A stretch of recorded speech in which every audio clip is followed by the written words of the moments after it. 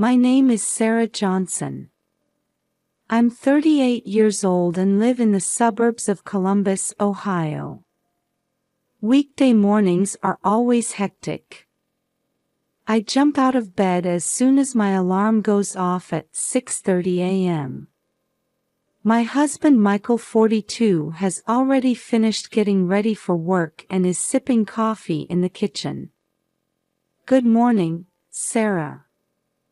Looks like another busy day ahead, he says. Yes, but I'll manage. I'm used to it by now, I reply. I work at a local advertising agency. The job is demanding, but fulfilling. After a hurried breakfast, I head upstairs to wake our 17-year-old son, Ethan.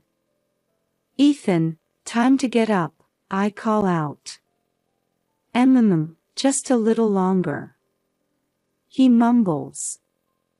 Ethan is a high school senior. With college applications looming, he's been under a lot of stress lately. He's had anxiety issues since he was young, and his symptoms tend to flare up when he's feeling pressured. Did you take your medication? I ask.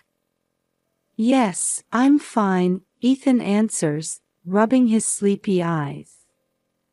We've been dealing with his anxiety as a family. It took Michael some time to understand our son's condition, but he's supportive now. After finishing our morning routines, we all head out separately. Michael works as a middle manager at a large pharmaceutical company. Ethan takes the school bus, and I drive my own car to work. In the evening, when I return home after finishing work, we gather as a family for dinner. Tonight's menu is Ethan's favorite, lasagna. We sit around the table, sharing stories about our day. Ethan, how was your day? Are you making progress with your college applications? Michael asks. Yes, I'm getting there, Ethan answers, looking a bit tense. My husband and I have high hopes for our son's future. Michael, in particular, seems keen on Ethan attending his alma mater, Ohio State University. Sometimes I worry that our expectations might be putting too much pressure on Ethan. After dinner, Ethan retreats to his room to study. Michael checks some work documents, and I prepare for the next day. Before bedtime, I knock on Ethan's door. Did you take your medication? Let's do our best tomorrow too, I say. Yes, thanks, he replies. It's a peaceful routine. But little did we know that this tranquility was about to be shaken to its core. On Friday afternoon, I left work early to head home. I had a big presentation coming up over the weekend and wanted to focus on preparing at home. As I drove, I was thinking about what to make for dinner. Should I make tacos, Ethan's favorite, or steak, which Michael loves? As I entered our quiet residential area, I heard sirens in the distance. I wonder if someone's fallen ill, I thought as I continued driving. But as the sound of sirens grew louder, a sense of unease crept over me. As I approached our house, I was stunned by the sight before me. An ambulance was parked in front of our home, with paramedics bustling about. My heart began to race. I hastily parked the car and rushed to the front door. It was wide open, and I could hear voices coming from inside. Ethan. Michael. I called out. As I burst into the house, I saw Ethan being placed on a stretcher in the living room. His face was pale, and he seemed to be struggling to breathe. "Are you the mother?" one of the paramedics asked me. "Yes, I am." "What happened to my son?" "Your son called 911 himself. It seems he's having a severe anxiety attack." I locked eyes with Ethan. He was trying to say something, but the words wouldn't come out. "Ethan, it's okay. Mom's here," I said, grasping his hand. With great effort, Ethan managed to squeeze out a few words. "Mom, don't tell Dad." I was confused by his words. Why shouldn't we tell his father? Did something happen? Questions began swirling in my mind. "Ethan, what do you mean?" But Ethan was struggling to breathe again and couldn't speak. "Ma'am, your son's condition isn't stable. We need to transport him to the hospital immediately," the paramedic informed me. "I understand. I'll come along." I quickly grabbed my wallet and phone, then climbed into the ambulance. I sat next to Ethan, holding his hand. Beads of cold sweat had formed on his forehead. As the ambulance drove off, I debated whether to contact Michael. Ethan's words kept replaying in my mind. Why doesn't he want me to tell his dad? Is there something he's hiding? During the ride to the hospital, my mind was a whirlwind of confusion and worry. Ethan's condition, his mysterious words, everything was puzzling, and I couldn't find any answers. Upon arrival at the hospital, Ethan was immediately taken to the treatment room. I was told to wait in the waiting area, where I finally had a moment to catch my breath. I took out my phone, torn about whether to contact Michael. He has a right to know. But I can't ignore Ethan's words either. In the end, I decided to send just a simple message. "Work's running late. Have dinner without me. I don't like lying. But right now, I wanted to respect Ethan's wishes. And I felt a growing need to uncover the truth behind this situation." I sat down in a chair in the waiting room and closed my eyes. In my mind, I tried to piece together the events of the day.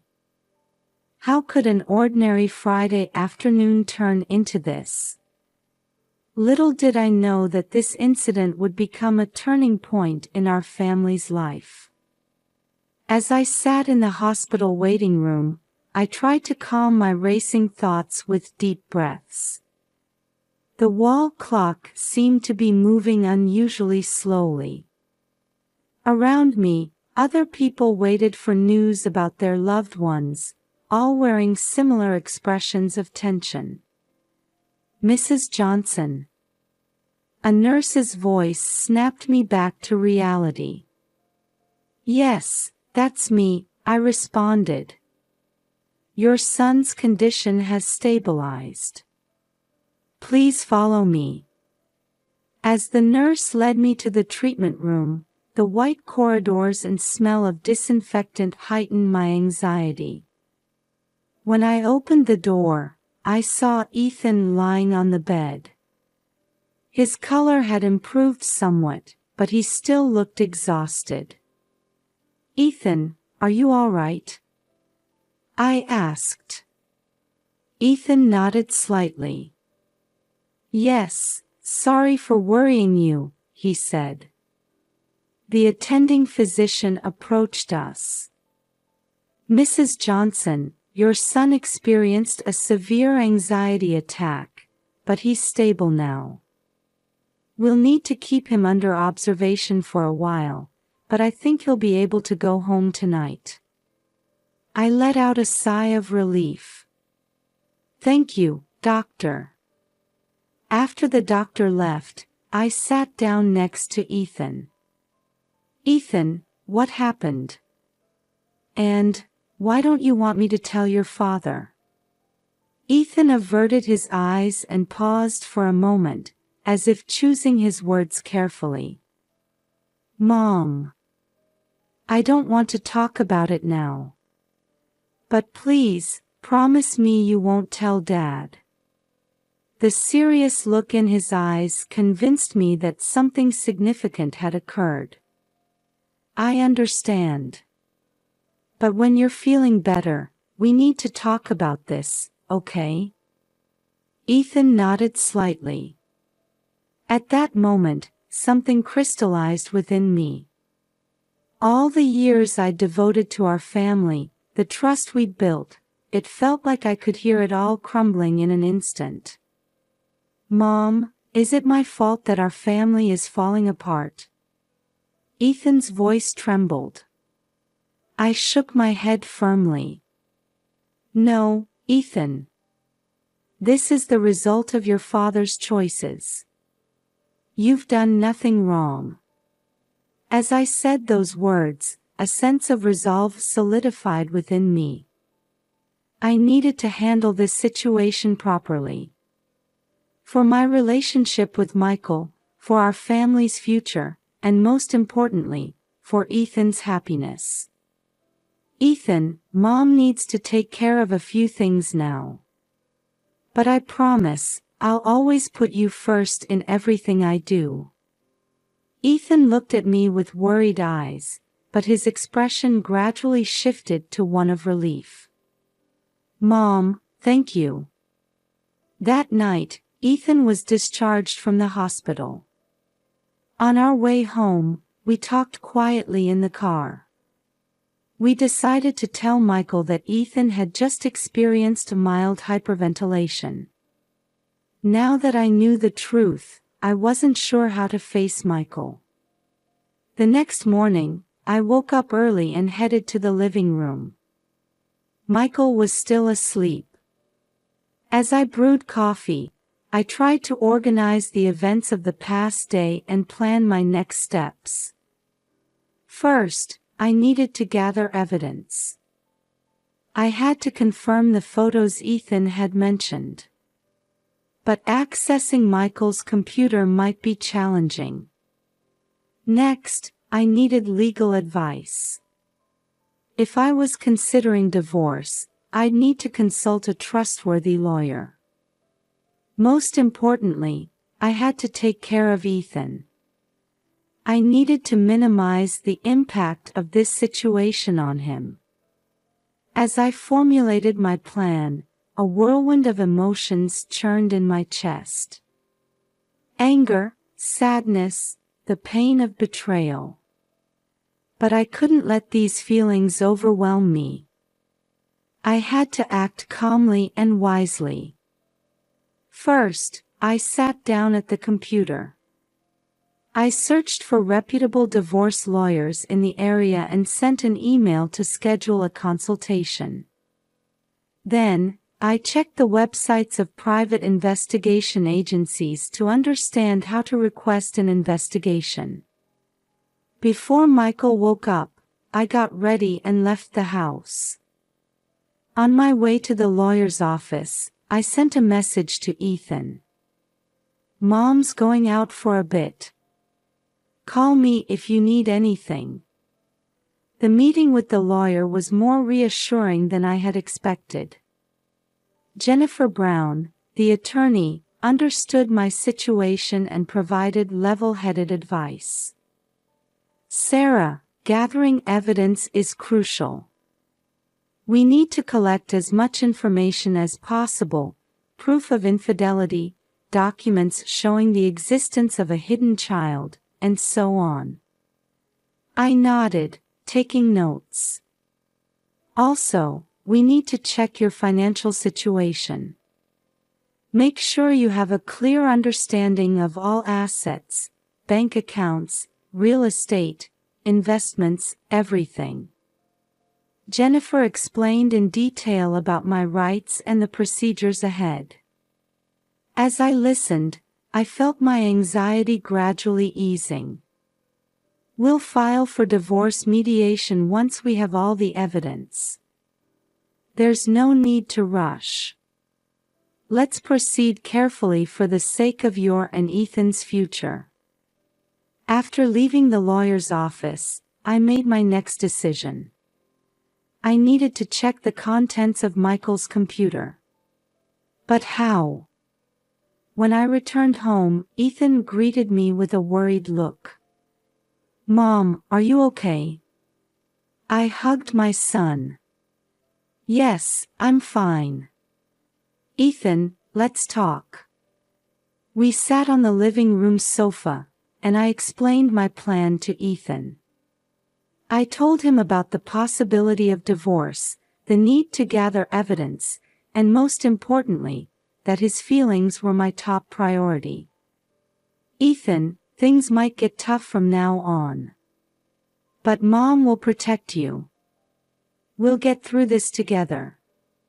Ethan nodded silently and gently squeezed my hand. "Mom, I'll do my best too. I'll help with Dad's computer." His words brought tears to my eyes.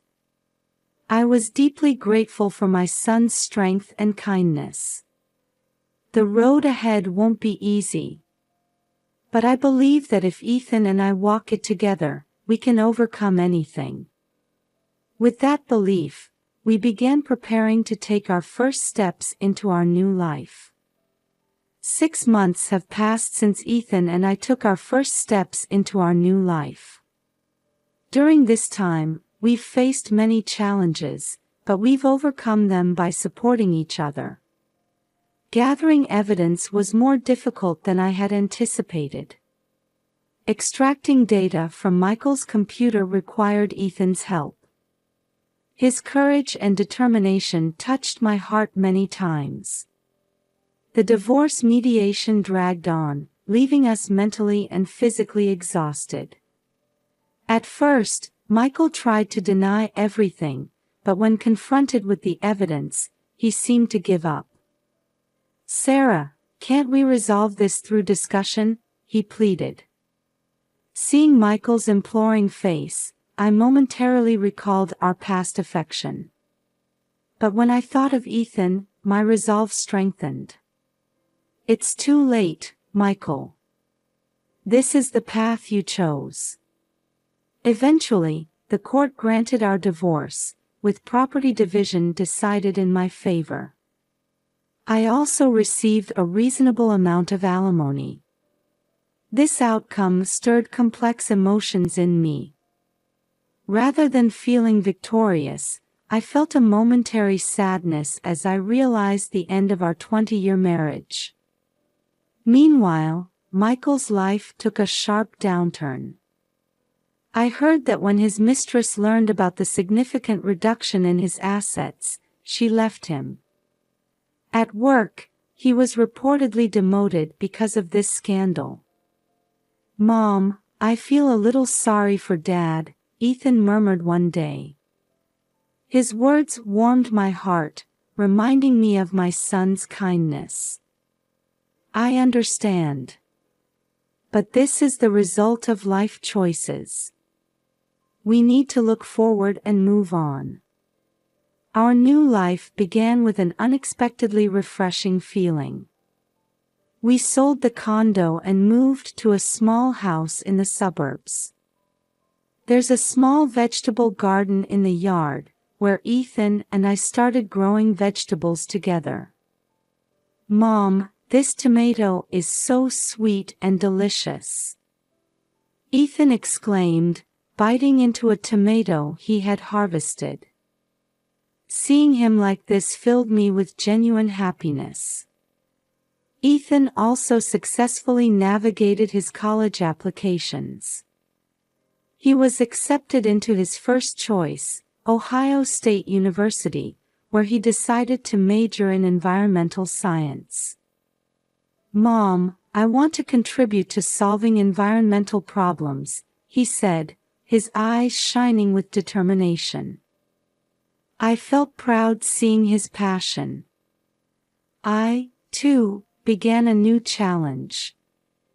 After the divorce, I left the advertising agency and started studying to become a counselor, a long-held dream of mine. Sarah, your experiences will surely help many people, my instructor told me. Her words filled me with a sense of purpose. On the day of Ethan's college matriculation ceremony, I couldn't hold back my tears as I watched him standing on campus. "Mom, don't cry. I'll do my best," Ethan said, hugging me. "I'm crying because I'm happy. Ethan, I'm so proud of you." On our way home, Ethan spoke quietly in the car. "Mom, thank you for everything back then. I don't know what would have happened to me without you." As I drove, I answered slowly. "Ethan, I should be thanking you. It's because of you that I was able to be strong." In that moment, we felt a bond that words couldn't express. Epilogue. 5 years have passed. Ethan is now in graduate school, leading environmental protection projects. I've started working at a local counseling center, supporting many people emotionally. The other day, I ran into Michael at the supermarket by chance. He looked tired and older than his years. "Sarah, is Ethan doing well?" he asked. "Yes, very well. He's immersed in environmental research." "I see, that's good." As we parted, Michael muttered, "Sarah, I'm sorry. Send my regards to Ethan." When I got home and told Ethan about this encounter, he thought for a moment before saying, "Mom, we made the right choice, didn't we?" "Yes, we did. There were tough times, but we've grown stronger. And most importantly, we've remained a family that cherishes each other." Outside the window, a bird was building a nest in the tree we had planted. The beginning of a new life. Our lives, too, continue to sprout new buds. There will surely be more challenges ahead. But I believe that Ethan and I can weather any storm together. With this belief, we step forward into tomorrow.